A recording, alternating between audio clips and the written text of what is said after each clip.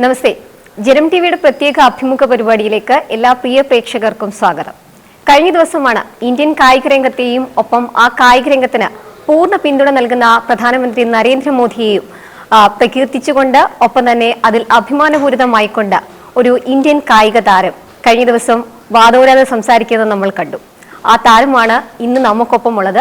ഇന്ത്യയുടെ അഭിമാനം ഒപ്പം കേരളത്തിന്റെ യശസ് വാനോളം ഉയർത്തിയ അഞ്ജു ബോബി ജോർജ്. നമസ്കാരം.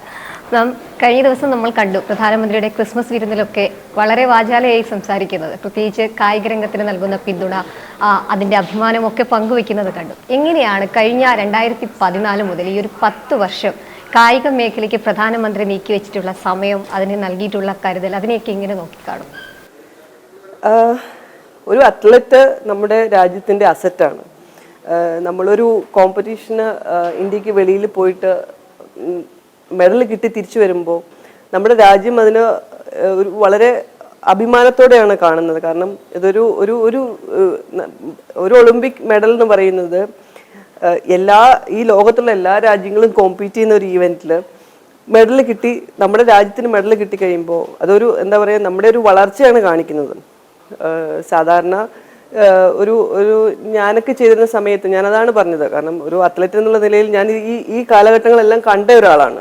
അപ്പം ഞാനൊക്കെ ഒരു സ്പോർട്സ് ചെയ്തിരുന്ന സമയത്ത് നമ്മൾക്ക് കിട്ടിയിരുന്ന ഒരു ഇമ്പോർട്ടൻസോ അല്ലെങ്കിൽ നമ്മുടെ രാജ്യത്തിലുണ്ടായിരുന്ന ഇൻഫ്രാസ്ട്രക്ചറോ ഒന്നുമല്ല ഇന്നത്തെ കുട്ടികൾക്ക് കിട്ടിക്കൊണ്ടിരിക്കുന്നത്.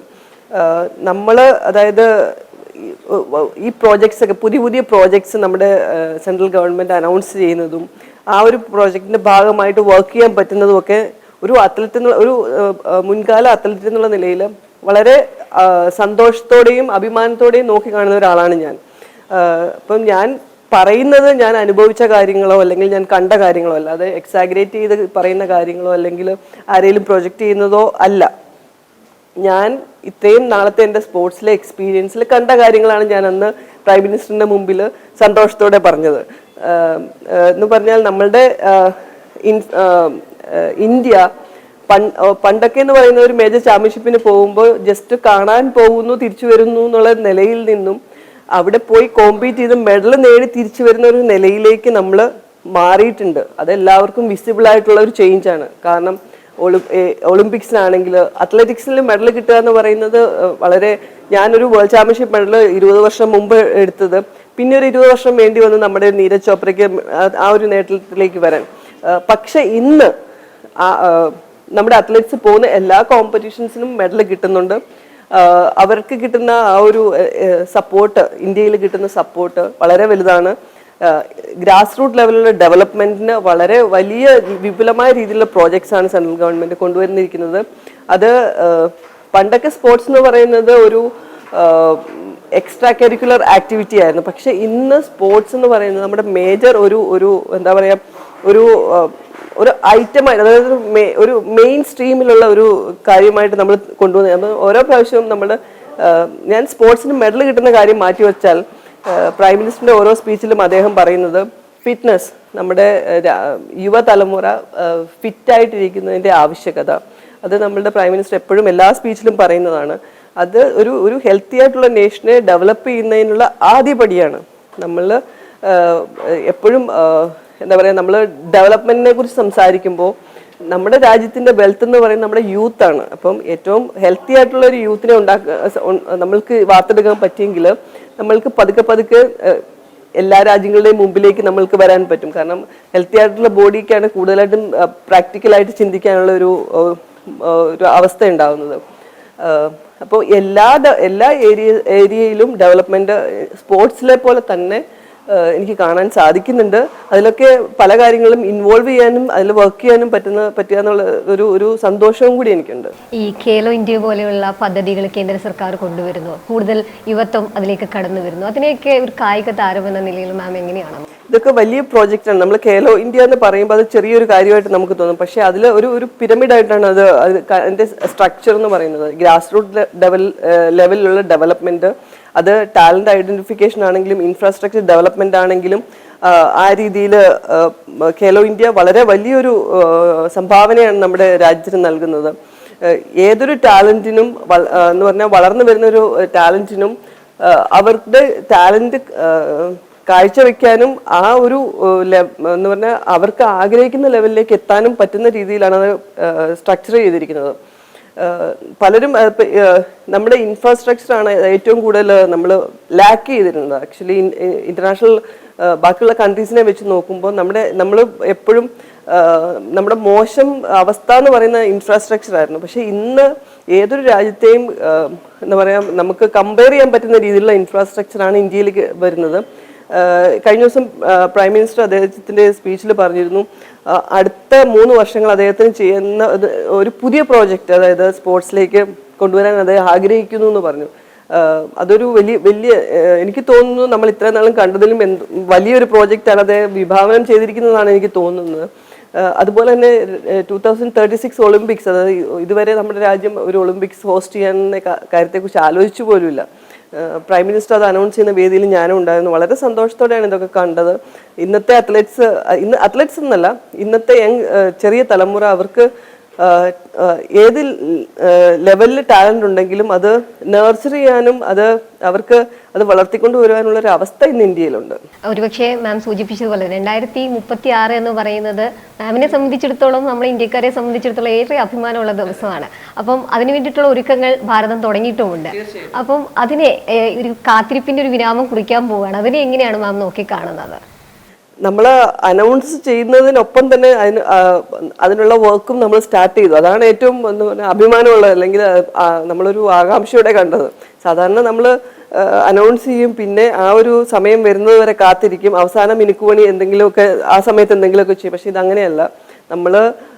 നമ്മുടെ രാജ്യം ഒളിമ്പിക്സിന് വേദിയാകാൻ ആഗ്രഹിക്കുന്നു എന്ന് പറഞ്ഞ അതേ നിമിഷം തന്നെ അതിനുള്ള വർക്കും സ്റ്റാർട്ട് ചെയ്തു എന്നുള്ളതാണ്. ഒരു അത്ലറ്റ് എന്നുള്ള നിലയിൽ എൻ്റെ ഏറ്റവും വലിയ ആഗ്രഹമായിരുന്നു ഒരു ഇന്റർനാഷണൽ കോമ്പറ്റീഷൻ ഇന്ത്യയിൽ ചെയ്യണം. പക്ഷെ എനിക്ക് ഒരിക്കലും അത് സാധിച്ചില്ല.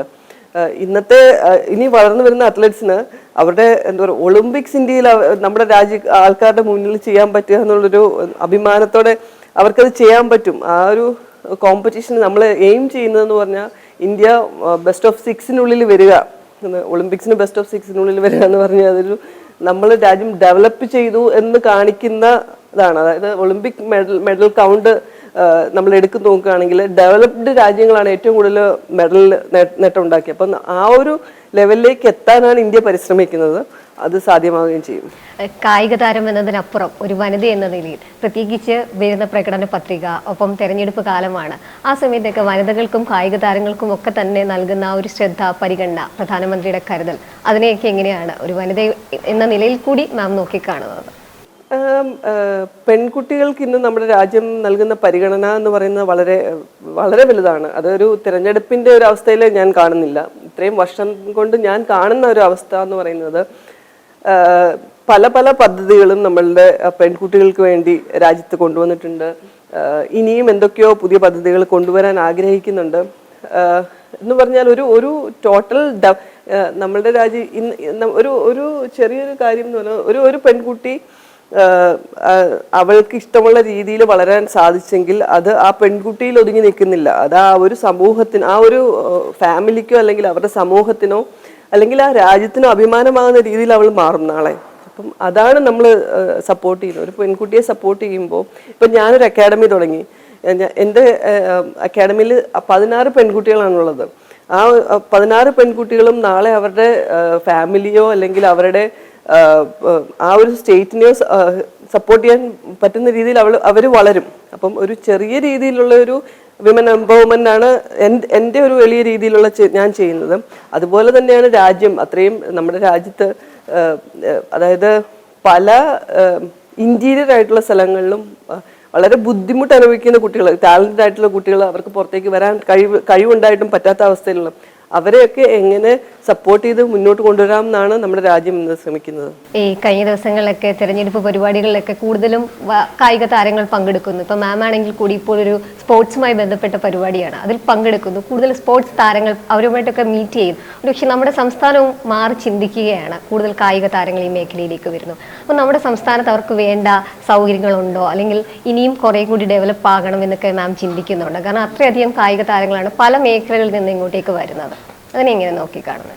നമ്മളുടെ സംസ്ഥാനം, പ്രത്യേകിച്ച് കേരളം എന്ന് പറയുന്നത്, ടാലന്റിന് യാതൊരു ബുദ്ധിമുട്ടുമില്ല. അതായത് ഇഷ്ടംപോലെ ടാലന്റഡ് ആയിട്ടുള്ള സ്പോർട്സുകാരുള്ള ഒരു, അത് മൾട്ടി ഈവന്റ് ടാലന്റ് ആയിട്ടുള്ള ആൾക്കാർ ഉള്ള ഒരു സ്റ്റേറ്റ് ആണ്. നമ്മൾ കഴിഞ്ഞ കാലങ്ങളിലൊക്കെ നോക്കുകയാണെങ്കിൽ ഇന്ത്യയുടെ പെർഫോമൻസിൽ നമ്മളുടെ കേരളം ചെയ്ത സംഭാവന വളരെ വലുതാണ്. പക്ഷേ ഈ ഒരു ചെറിയ കാലഘട്ടത്തിൽ അത് നമ്മൾ വളരെ പുറകോട്ട് പോയിരിക്കുന്നു. കേരളം സ്പോർട്സിന് കൊടുക്കുന്ന പ്രാധാന്യം വളരെ കുറഞ്ഞു പോയത് കൊണ്ടാണ് അങ്ങനെ ഒരു അവസ്ഥയിലേക്ക് നമ്മൾ മാറിയത്. കാരണം ഞാൻ ഇപ്പോൾ സെൻട്രൽ ഗവൺമെൻറ്റുമായിട്ട് അസോസിയേറ്റ് ചെയ്ത് വർക്ക് ചെയ്യുമ്പോൾ നമ്മൾക്ക് പല സ്കീമുകളും ഉണ്ട്. പക്ഷേ നമ്മളതൊന്നും കേരളത്തിലേക്ക് എത്തുന്നുണ്ടോ, അല്ലെങ്കിൽ അത് കേരളം അത് യൂട്ടിലൈസ് ചെയ്യുന്നുണ്ടോ, അതുകൊണ്ടാണോ നമ്മളിങ്ങനെ ഒരു അവസ്ഥയിലേക്ക് പോകുന്നത്? കാരണം ഞാൻ കാണുന്നത് കർണാടകയാണെങ്കിലും ഉത്തർപ്രദേശ് ആണെങ്കിലും തമിഴ്നാടാണെങ്കിലും ബാക്കി എല്ലാ സ്റ്റേറ്റുകളും മുന്നോട്ട് പോകുമ്പോൾ മുന്നിൽ നിന്ന് കേരളം പുറകോട്ട് പോകുന്നത്. അതെന്തുകൊണ്ടാണെന്നുള്ളത് നമ്മൾ ശരിക്കും ചിന്തിക്കണം. അതിന് നമ്മൾ എന്തെങ്കിലും പോം വഴി കാണണം. ഈ കഴിഞ്ഞ ദിവസങ്ങളിലൊക്കെ വാർത്തകൾ വരുന്നുണ്ട്, ഈ കായിക മത്സരങ്ങൾക്ക് പോകുമ്പോൾ പണമില്ല, അല്ലെങ്കിൽ ബുദ്ധിമുട്ടുന്നു, പല രീതിയിലുള്ള ബുദ്ധിമുട്ടുകൾ സഹിക്കുന്നു, സർക്കാർ സംവിധാനങ്ങൾ പ്രവർത്തിക്കുന്നില്ല. അതിനോടൊക്കെയുള്ള ഒരു പ്രതികരണം എന്താ മാമിന്റെ? കാരണം അവർക്ക് കുറച്ചും കൂടി അവരെ കരുതൽ കൊടുക്കേണ്ടതല്ലേ? അത്ര ഇന്നത്തെ കേരളത്തിലെ അവസ്ഥ എന്ന് പറയുന്നത് വളരെ മോശമാണ്. കാരണം എല്ലാ മേഖലകളിലുമുള്ള ആളുകൾ ബുദ്ധിമുട്ടുന്നു. സാലറീഡ് ആയിട്ടുള്ള ആൾക്കാർക്ക് സാലറി കൊടുക്കാൻ പോലും നമ്മുടെ സ്റ്റേറ്റ് അത് ആ ഒരു അവസ്ഥയിലേക്ക് എന്തുകൊണ്ട് നമ്മൾ പോയി എന്നുള്ളത് എനിക്കിന്നും അറിയില്ല. നമ്മുടെ ചിന്തയിലൊന്നും ഇല്ലാത്തൊരു കാര്യമാണ്. നമ്മുടെ സെൻട്രൽ ഗവൺമെന്റ് അല്ലെങ്കിൽ സ്റ്റേറ്റ് ഗവൺമെന്റിൽ ജോലി ചെയ്യുന്ന ആളുകളുടെ ശമ്പളം പിടിച്ചു വെക്കുന്നു, അല്ലെങ്കിൽ അവർക്ക് ശമ്പളം കൊടുക്കാൻ സ്റ്റേറ്റിന് അവസ്ഥ ഇല്ല എന്ന് പറയുന്നത് ഒരു വളരെ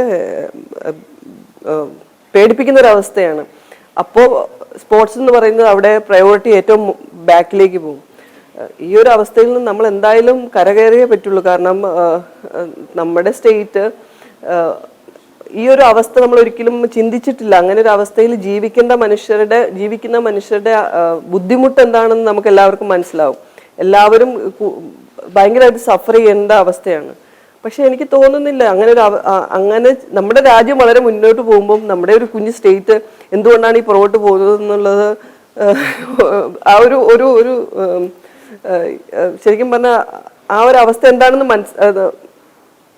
മനസ്സിലാവുന്നില്ല. ഈ കായിക താരം എന്നതിനപ്പുറം ഇനിയിപ്പോ തെരഞ്ഞെടുപ്പ് കാലമൊക്കെയാണ്, വോട്ടിടാൻ പോകുന്നുണ്ടോ? എന്താണ്, എങ്ങനെയാണ് അതിന്റെയൊക്കെ ഒരു? എന്റെ വോട്ട് കേരളത്തിലാണ്. തീർച്ചയായിട്ടും 25th ഞാൻ പോകും, വോട്ട് ചെയ്യും. കാരണം അത് ഇത്രയും വർഷമായിട്ട് മുടക്കാത്തൊരു, ഞാൻ കോമ്പീറ്റ് ചെയ്യുന്ന സമയത്ത് മാത്രമേ അത് മുടങ്ങിയിട്ടുള്ളൂ. ഞാൻ പുറത്താണെങ്കിൽ എനിക്ക് കോമ്പറ്റീഷന് പോകുന്ന സമയത്ത് ചെയ്യാൻ പറ്റില്ല. അല്ലാത്ത അവസരങ്ങളിലെല്ലാം വോട്ട് ചെയ്യും. അത് തീർച്ചയായിട്ടും ഞാൻ ചെയ്തിരിക്കും. ഈ 2036 ഒളിമ്പിക്സ് എന്ന് പറയുമ്പോൾ സ്വപ്നമാണെന്ന് നമ്മൾ ആഗ്രഹിക്കുന്നുണ്ട്. ഇപ്പൊ 3-4 മെഡലിൽ നിന്നൊക്കെ ഒരു 100 മുകളിലേക്കൊക്കെ നമ്മൾ എത്തുമെന്ന് പ്രതീക്ഷിക്കുന്നുണ്ട്. അപ്പം എന്താണ് നമുക്ക് ഇനിയും എന്തൊക്കെ ചെയ്യാം എന്നാണ് നാം പ്രതീക്ഷിക്കുന്നത്? അപ്പം കായിക താരങ്ങൾക്ക് കൊടുക്കാൻ പറ്റിയ ഒരു ചെറിയ മെസ്സേജ് കൂടി. നമ്മൾ ചെയ്യുന്ന പുതിയ പുതിയ പ്രോജക്ട്സും പുതിയ കാര്യങ്ങളും നമ്മളുടെ ഇന്ത്യയെ എങ്ങനെ ഡെവലപ്പ് ചെയ്യാം എന്നുള്ളതിൽ ഒരു നല്ല തറവായിട്ടുള്ള ചിന്തകളിൽ കൂടി വരുന്ന കാര്യങ്ങളാണ്. അത് നമ്മൾ കഴിഞ്ഞ ഏഷ്യൻ ഗെയിംസിൽ നമ്മൾ കണ്ടു. നമ്മൾ 100 മെഡൽ കഴിഞ്ഞു, 107 മെഡലാണ് നമ്മൾ കിട്ടിയത്. ആ ഒരു അതായത് മിഷൻ ഒളിമ്പിക് സെൽ എന്ന് പറയുന്ന ഒരു ടാർഗറ്റ് ഒളിമ്പിക് പോഡിയം, അതിലെ ഒരു മെമ്പറാണ് ഞാൻ. ആ ഒരു ഒറ്റ പ്രോജക്റ്റ് കൊണ്ടാണ് നമ്മൾ ഇത്രയും, കാരണം എൻ്റയർ ഇന്ത്യൻ സ്പോർട്സ് കൺട്രോൾ ചെയ്യുന്നത് ആ ഒരു സെല്ലാണ്. നമ്മൾ ചെയ്യുന്ന ഇൻറ്റൻസീവായിട്ടുള്ള മീറ്റിങ്സും നമ്മൾ അത്ലീറ്റ്സിനെ സപ്പോർട്ട് ചെയ്യുന്നതും അതിലുള്ള അത്ലറ്റ്സിന് അവർക്ക് A to Z സപ്പോർട്ടാണ്. അതായത് കോമ്പറ്റീഷന് പോകാനുള്ള സപ്പോർട്ട്, റിക്കവറി സപ്പോർട്ട്, കോച്ചിനെ വേണമെങ്കിൽ അത്, ഇൻ്റർനാഷണൽ എക്സ്പോഷർ വേണമെങ്കിൽ അത്, എന്താണ് അവർ ചോദിക്കുന്നത് ആ ഒരു ലെവലിലുള്ള സപ്പോർട്ടാണ് അവർക്ക് കൊടുക്കുന്നത്. അതിനും വലിയ എന്തോ ഒരു പ്രോജക്റ്റാണ് ഇപ്പോൾ പ്രൈം മിനിസ്റ്റർ അനൗൺസ് ചെയ്യാൻ പോകുന്നതെന്ന് കേട്ടത്. അപ്പോൾ എന്തായാലും നമ്മുടെ രാജ്യം, നമ്മുടെ അത്ലറ്റ്സ് വളരെ എന്താ പറയുക, ആകാംക്ഷയോടെയാണ് അത് കാത്തിരിക്കുന്നത്. ഒളിമ്പിക്സിന് മുന്നോടിയായിട്ടാണെന്ന് തോന്നുന്നു ഇതുപോലുള്ള പല പ്രോജക്റ്റുകളും ഗവൺമെൻറ് അനൗൺസ് ചെയ്യുന്നത്. അത് വളരെ പോസിറ്റീവായിട്ടുള്ള ഒരു ഇത് ഇന്ത്യയിലേക്ക് കൊണ്ടുവരും എന്നാണ് എൻ്റെ പ്രതീക്ഷ. നമ്മുടെ യങ്സ്റ്റേഴ്സിന് എനിക്ക് തോന്നുന്നു അവർ വളരെ ഫോർച്ചുനേറ്റ് ആണ്. കാരണം ആഗ്രഹിക്കുന്ന രീതിയിൽ എത്താൻ ഉള്ള സപ്പോർട്ട് നമ്മുടെ സിസ്റ്റം തന്നെ പ്രൊവൈഡ് ചെയ്യുകയാണെങ്കിൽ പിന്നെ അതിനപ്പുറത്തേക്ക് നമുക്ക് എന്താണ് ആഗ്രഹിക്കാൻ പറ്റുന്നത്? നമുക്ക് കിട്ടാത്ത പലതും ഇപ്പോഴത്തെ തലമുറയ്ക്ക് കിട്ടുന്നു എന്ന് മാമിന് തോന്നുന്നുണ്ടല്ലേ? തീർച്ചയായിട്ടും. കാരണം ഞങ്ങളൊക്കെ ഒത്തിരി സ്ട്രഗിൾ ചെയ്തിരുന്നു. ആ ഒരു സ്ട്രഗിളിൽ കൂടെയും പക്ഷെ നമ്മൾക്ക് ഈ ഒരു ലെവലിലേക്ക് എത്താൻ പറ്റി. ഇനിയിപ്പോ ഉള്ള തലമുറയ്ക്ക് സിസ്റ്റം ഇത്രയും സപ്പോർട്ട് ചെയ്യുവാണെങ്കിൽ അവർക്ക് അച്ചീവ് ചെയ്യാൻ പറ്റുന്നതിന് പരിമിതികൾ ചിലപ്പോൾ ഉണ്ടാവില്ല. നന്ദി ഞങ്ങൾക്കൊപ്പം പ്രതികരിച്ചതിന്. ജിബുദ്ദീൻ മാം പറഞ്ഞതുപോലെ തന്നെയാണ്, കാരണം അത്രയധികം പ്രതീക്ഷ നൽകുന്ന ദിവസങ്ങളാണ് കായിക മേഖലയ്ക്ക് ഉള്ളത്. ഒപ്പം കരുത്തനായ ഒരു പ്രധാന സേവകൻ പ്രധാനമന്ത്രി അവർക്കൊപ്പം ഉണ്ട് എന്നുള്ളൊരു ആത്മവിശ്വാസം കൂടിയാണ് അവർ പങ്കുവെക്കുകയും ചെയ്തത്. എന്തായാലും കായിക മേഖലയിലെ ഇത്രയധികം നേരം നമുക്കൊപ്പം സംസാരിച്ചതിന് മാമിന് നന്ദി, ഒപ്പം പ്രേക്ഷകർക്കും നന്ദി.